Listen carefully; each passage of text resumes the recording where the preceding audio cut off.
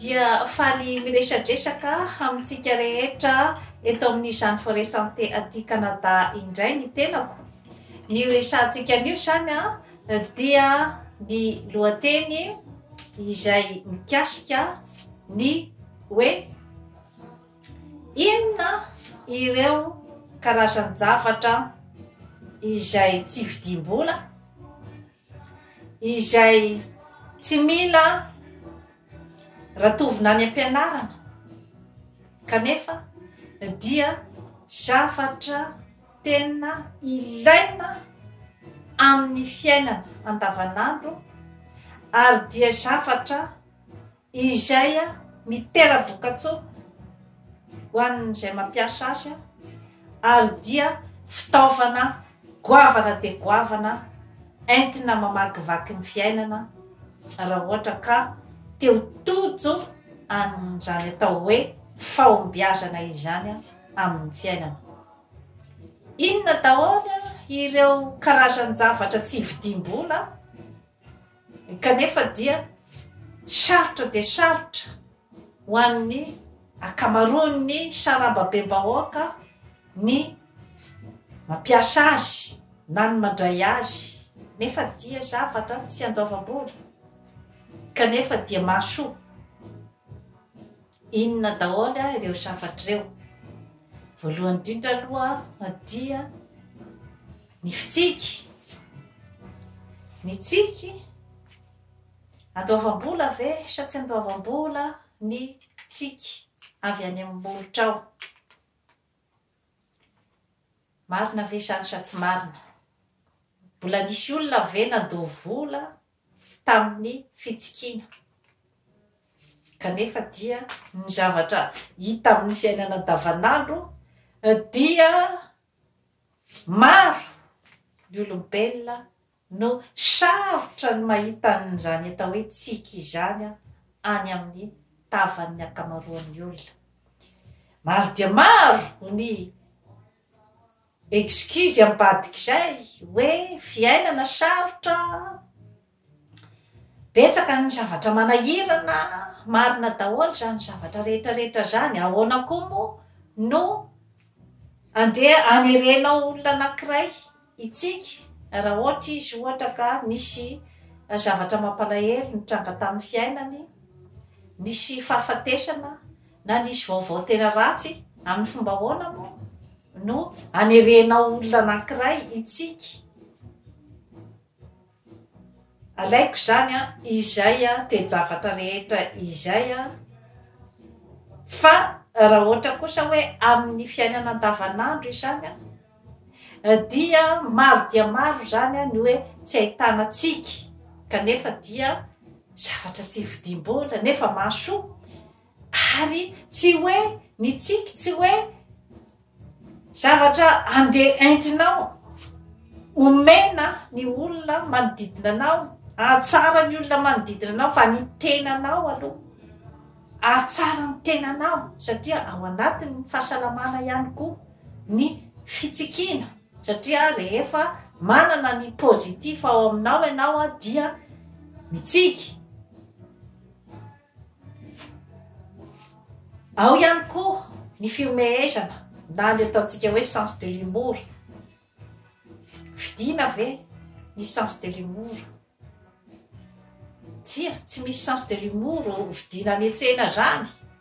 Zavatra koloinao ao aminao ny sens de l'humour na hoe ny fahaizana mampimey olona, ny fahaizana mandray ny fiainana ao anatin'ny sens de l'humour na ny fampimehezana zany hoe na ny zavatra ataontsika hoe zany hoe faran'izay mahasosotra indraindray dia afaka avadika ao anatin'izay fampimehezana izay ary dia manatsara betsaka ny serasera ny fahaizana ny mampimehy sy ny atsikana ny sens de l'humour zany satria mampitambatra ny karazan'olona rehetra izay tsy mitovy saranga ny sens de l'humour satria dia tokana ihany ny zavatra mampimehy ny olona rehetra dia tsy misy hoe ity mety mampimey nisy ragan'olona ohatr' zao na ity mety mampimey nisy ragan'olona ohatr' zao fa matetika ny sens de l'humour dia mitovy daholo ho an'ny olona rehetrarehetra ka io matetika no fampiasa aty amin'ny tany vaventy rehefa manoloana ny karazany ataontsika hoe zany hoe ny fanavaka vaham-bolokoditra na ny rasisme izany dia ampimehezina ilay olona izay mieritreritra ny tenany ho ambony dia amin'izay fotoana zay izy dia mahatsapa fa ay ty olona izay everiko fa ambany ity olona manana fomba fisainana ambony dia ambony dia eo no mampisokatra ny masom-panahiny akamaroan'ny zanak'olombelona. Zavatra iray izay tsy vidimbola koa dia ny ataontsika hoe ny sympathie zany na ny hoe fahaizana ny mandray olona ny fahaizana ny miserasera amin'ny manodidina ary ny tsy fanaovana karazana préjugé zany amin'ny olona izay manodidina anao na ny fitsarana dia ny mialoha ny olona mbola tsy fantatrao. Fataro aloha ilay olona eo anoloanao fa tsy hoe rehefa ohatraohatran'izao izy dia izao zany ny zavatra ao anatin'ny sainy io. Rehefa ohatraohatran'izao zany ny fomba fiakanjony dia izao zany olo io. Rehefa ohatraohatran'izao zany ny volokodiny dia izao zany ao anatin'ny sainy io. Ny sympathie zany dia ny hoe mba manome chance an'ilay olona eo anoloanao zany ny hoe ho fatarinao bebe kokoa ny momba azy fa tsy hoe tonga de hoe satria ty ohatran'izao sy ohatran'izao dia dikan'izay zany dia izao ny toetrany izao ny ao anatin'ny lohany. Zavatra tsy vidimbola zany zavatra rehetrarehetra izany fa ezaka afaka ataonao isan'andro ka rehefa mahafantatra n'ilay olona ianao voazay vao tokony andray ny karazana fanapahan-kevitra ny hoe mety amiko ve sa tsy mety amiko ny toetranyty olona iray ty zany hoe compatible amiko ve sa tsia. Eo angamba ny fipetraky ny zavatra rehetrarehetra fa satria ilay hoe fitsarana fotsiny zany an'ilay olona tsy misy olona kory eto ambonin'ny tany dia madio magatsakatsaka fa misy ny ataontsika hoe rehefa olona afaka mifandray aminao dia ny lafiny tsara ao aminy no hitanao ao anatin'ny fianarana ny fiainana daholo izay zavatra rehetrarehetra izay. Ao ny atao hoe fahaizana makasitraka tsy vidimboly zany. Fahaizana makasitraka ny zavatra izay nataon'olona taminao, ny soa nataon'olona taminao, ny zavatra nomen'olona anao dia tsara de tsara ny makasitraka an'ireo zavatra ireo satria tsy misy ny olombelona izay atao hoe rakotona rabe dia tsy maintsy tokony hanome ahy ny zavatra toy izao sy toy izao. Rasoa de tokony satria izy ny zokiko satria izy ny ray tapo amiko dia tokony manome ahy izany fanampiana ahy gratuitement. Zay matetika no zavatra mitranga amin'ny fiarahamonitsika malagasy hoe rakoto rabe tokony manome zavatra ahy. Efa nizarina n'izay fomba fiarahamonina izay tsika ka ndraindray tsy hita ny valeran'ny zavatra omena fa matetika dia rehefa manana fo mba miatra sy hoe mba malala tanana matetika dia iny no vosiketa fa hoe misy tombontsoa tadiaviny ao, misy zavatra tadiaviny teo dokafana, teo deraina. Izay matetika ny omena ny olona izay mba manao zavatra, izay mba manome zavatra.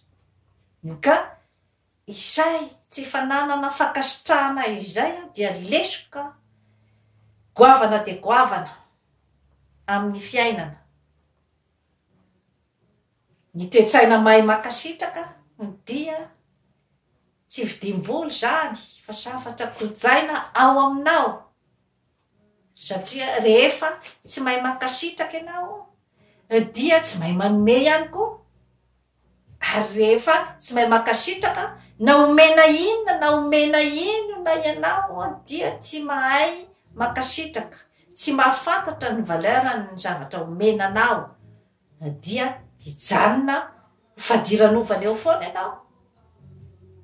Satria miandry foana ny zavatra avy any amin'olona fa tsy mahafantatra hoe ty zavatra tika sarobidy ny toetsaina izay hoe naintin'ilay olona nanome ahy an'ity zavatra ity maimaipoana.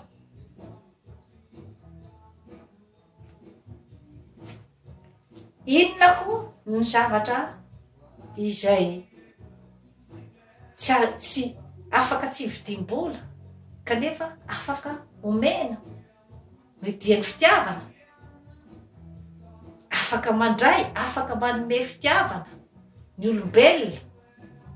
Matetika izay manome fitiavana no atao hoe adala, fa satria ny zavatra rehetra rehetra dia vidim-bola daholy. Dia adala izay manome ny fitiavana kanefa dia afaka manomenao tsy vidim-bola zany zavatra rehetra rehetra izany, kanefa dia sady mahatsara ny fahasalamanao no mahatsara ny fifandraisanao amin'ny manodidina anao, ary mety hiteraka vokatsoa goavana de goavana eo amin'ny fifampikasoan'ny olona anankiray mpifankatia eo amin'ny fiainany sy amin'ny zavatra rehetra ataony. Ny fitiavana io no ambony indrindra, io no ambony indrindra raha ohatra ka hoe amin'ny fiainantsika olombelona, raha ohatra ka hoe tena te hivoatra amin'ny tena tokony ho izy, raha te ahatratra ny tanjona amin'ny tena tokony ho izy. Ny olombelona iray dia tsy maintsy mahay mikoja an'io fitiavana io. Inona koa ny zavatra izay tsy vidim-bola kanefa dia mahatsara ny fiainanao ary mety ahatonga anao lavitra, dia ny ataontsika hoe authenticité, ny zavatra marina, mikatsaka ny zavatra marina ao aminao. Tsisy ny marina zato isan-jato fa rehefa miezaka ny mikatsaka an'io zavatra io dia ahitanao vokany zany amin'ny fiainanao, ahitanao fitonitsaina, ahitanao asambarana. Ny fanetretena, fanetretena tsy vidiana zany. Ny fahaizana miaiky, ny fa mila ny olona hafa ianao, ny fahaizana mandray hevitra avy any amin'ny olona hafa, ny fahaizana miaiky fa tsy mahay ny rehetra rehetra ianao. Zany zavatra rehetra rehetra izany dia zavatra tsy vidiana fa afaka hikojanao ny tenanao ary mety halasa lavitra anao ny fananana ny fanetretena na ny humilité. Satria zany zavatra izany dia mahatonga ny olona izay handeha hakasitraka anao ary dia ampazoto ny olona hiara-hiasa aminao amin'ny zavatra izay ataonao. Ny fikirizana, tsy vidim-bola ny fikirizana.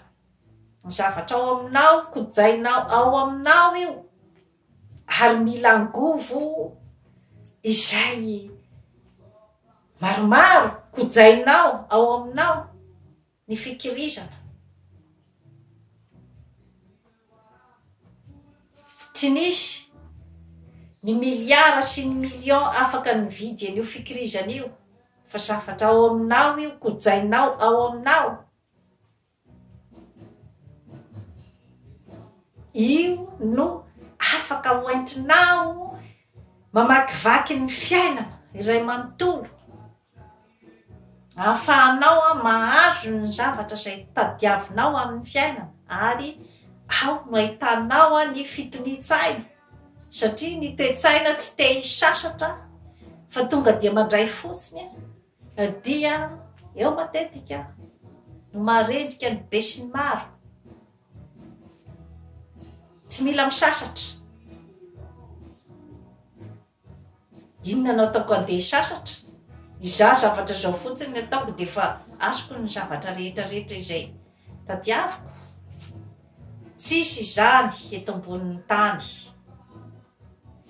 Mila fikirizana daholo ny olombelona rehetrarehetra eto ambonin'ny tany. Izay vao afaka hanana ny fitoni-tsaina sy ny asambarana.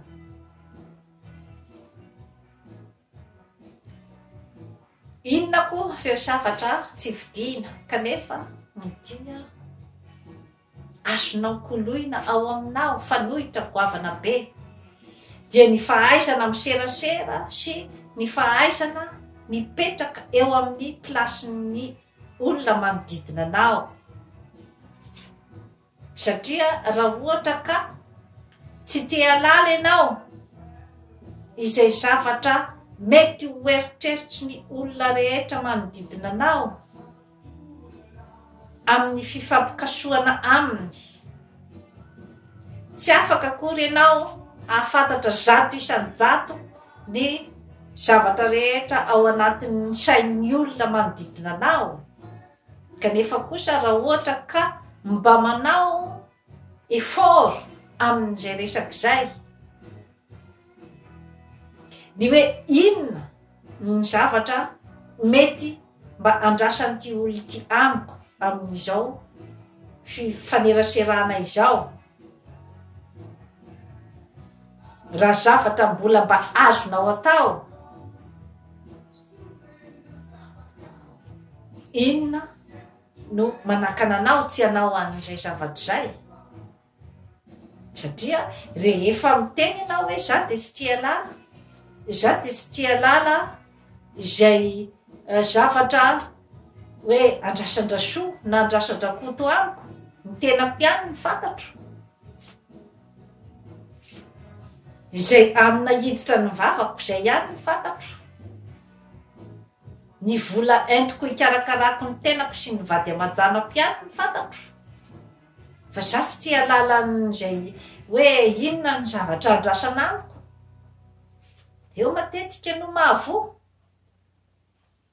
satria rehefa niditra amin'ny lalana iray izay hoe misy zavatra andrasana aminao, no fisafidinao izay lalana izay, dia tsy maintsy tokony eritreritra n'izay ianao, tsy maintsy,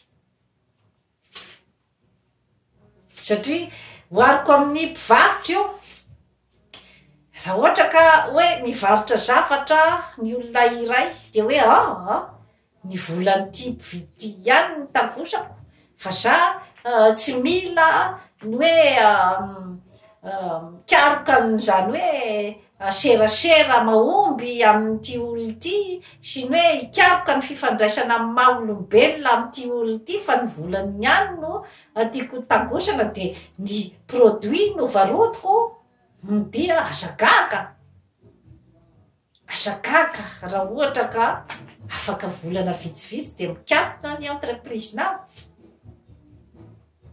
satria ny lalàna ny fiainana dia izay hoe mifanakalo izay, ny fifanakalozana amin'ny fifandraisana maha olombelona izay no mampaharitra ny fifandraisana, ny fifanajana. Zavatra tsy vidina ny fifanajana fa zavatra afaka omenao ary manatsara ny fifandraisana. Raha ohatra ianao hiteny hoe tsisy ilako an'izany manaja olona zany, fa de iny ianao no manao zay tianao atao amin'ny fiarahamonina, manompanopa olona, manao tsinotsinona olona. Inona ny ilako an'izany? Tsisy ilako an'izany. Bozaka manahitra daholo ny olona manodidina dia ianao ihany no hitambesaran'izay zavatra zay, satria ny olona izay ampisehoanao an'ilay tsy fanajana dia amerina ihany koa an'izay hoe fihetsemponao zay any aminao. Ka zagaga raha ohatra ka mikorotana ny fiarahamonina, raha ohatra ka tsy misy ny fifanajana, mifanompanopa daholo ny olona rehetra ao an-tanàna, dia aiza ny mety hafaran'izay? Mitomboka eo amin'ny fanompana ny fandehanana hatrany amin'ny fikasihan-tanana sy ny famonoan'olona. Nefa zavatra tsy vidivola zany. Ny fahaisana ny miaro tena, tsy vidim-bola ny fahaizana miaro tena fa resaka fikojanao ny tenanao. Raha ohatra ka hainao ny miaro ny tenanao amin'ny fomba rehetra rehetra, mba tsy ho hitsakitsahan'ny olona, mba tsy ataon'ny olona tsinotsinona, dia ny fahaizanao ny mitsinjo sy ny mieritreritra ny zavatra rehetra izay mety mitranga raha ohatra ka miditra amina toejavatra toy izao, dia inona ny zavatra mety hitranga?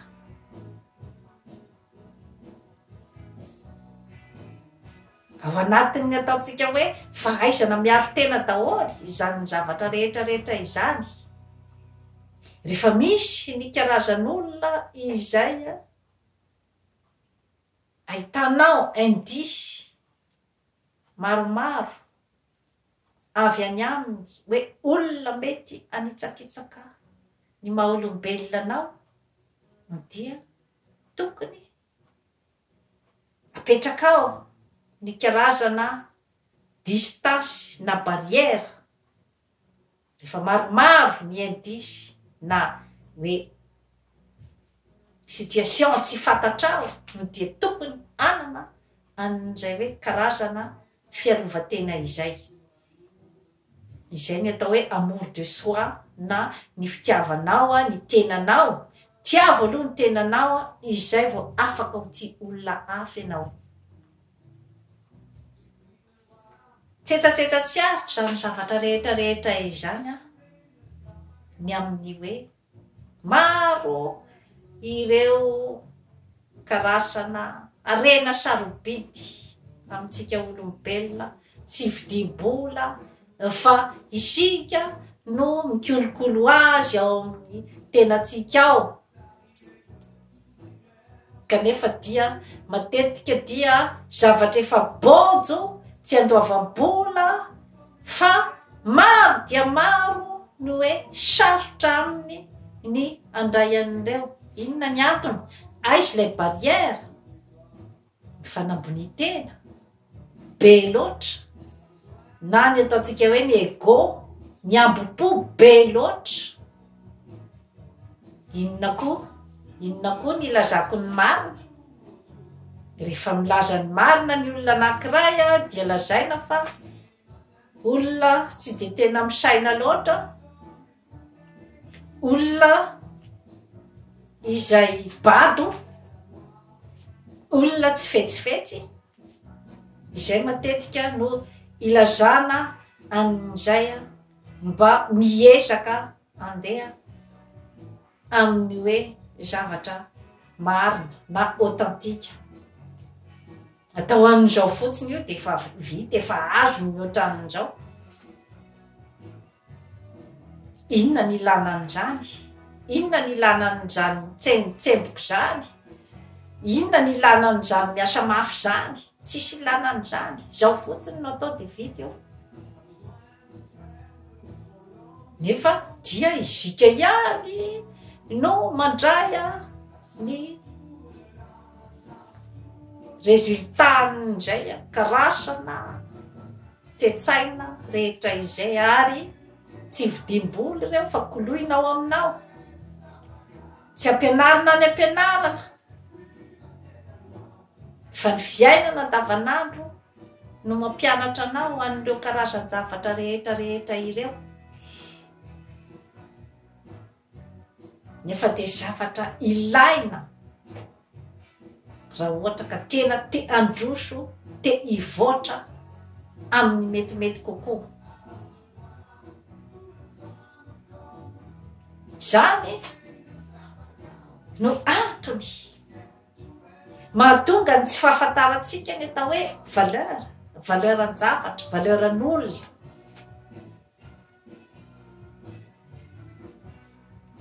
Maro no efa tsy mahafantatra tsony an'izany hoe valeuran'olona.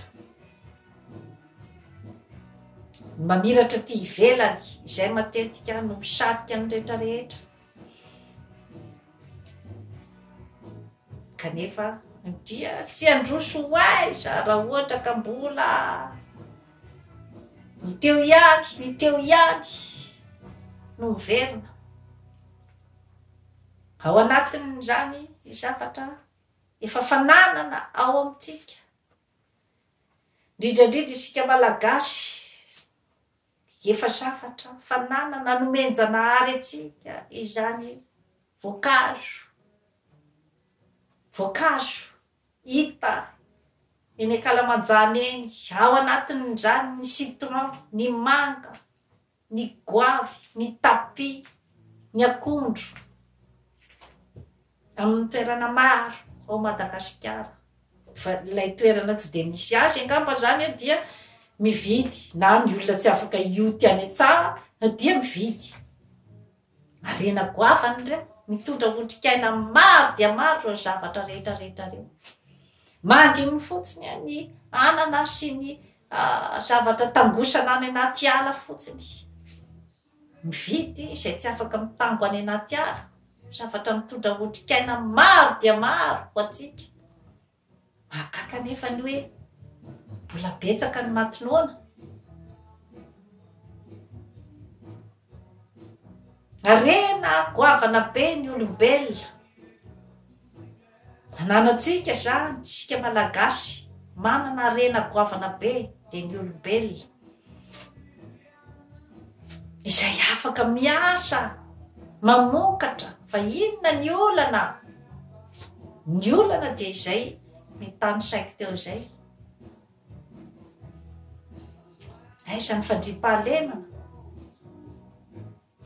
Matahotra ny olona andeha hiasa mafy satria olona hafa ny iotiny vokatra. Dia andao raha mba hangalatra koa fa atao izay no atao vahaolana haingana ary mahomby. Ny arena kibony tany, ny arena ambonin'ny tany, ny arena anaty ranomasina. Izany zavatra rehetra izany, zavatra efa nomenjanahary atsika.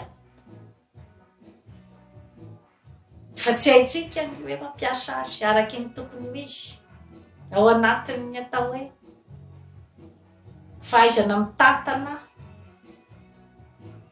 ho an'ny malagasy rehetra, ho an'ny mponina rehetra. Fa ny olom-bitsy fotsiny ireo karazana arena rehetra ireo.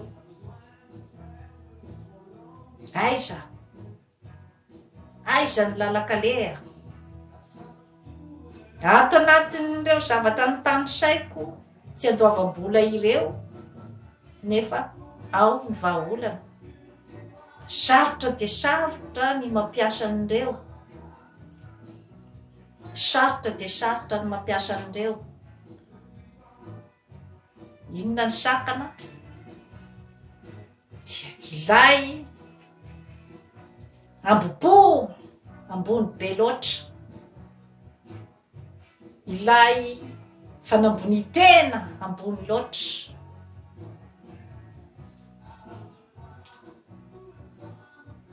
nefa dia bojo ireo zavatra rehetra rehetra izay nitany saiko teo ireo, fa anjaranao ny mahay mampiasa azy mba anjary arena goavana dia goavana na eo amin'ny maha olombelona zany na eo amin'ny asambarana na ara-materialy, satria tsy misaraka ireo rehetra rehetra ireo. Kibonoana tsy mana-tsofina, tsy maintsy tadiavina ny sakafo hoanina. Ahoana ny ahafahana mihinana, tsy maintsy miasa, tsy maintsy mamokatra. Ahoana ny ahafahana mamokatra, tsy maintsy misy ny fandriam-pahalemana. Tsetsatsiaritra zany tompoko lahy sy tompoko vavy, tsy manao morala ny tenako eto na ananatra anizaniza. Tsisy ny olombelona tapitrohatra amin'ny fahendrena, mianatra ny fiainana daholy, fifampizarana no ataoko eto, ary ny lozika-piainana. Ny lozika-piainana dia rehefa tsy miasa dia tsy mihinana. Ahoana nefa ny ahafahana mihinana raha ohatra ka tsy miasa sady tsy mamboly? Ahoana ny ambolena raha tsisy ny fandriam-pahalemana? Dia mametraka ny veloma tompoko lahy sy tompoko vavy, manaova abonnement amin'izany Forêt Santé aty Canada fa hanatsara ny fiainanao. Bye bye.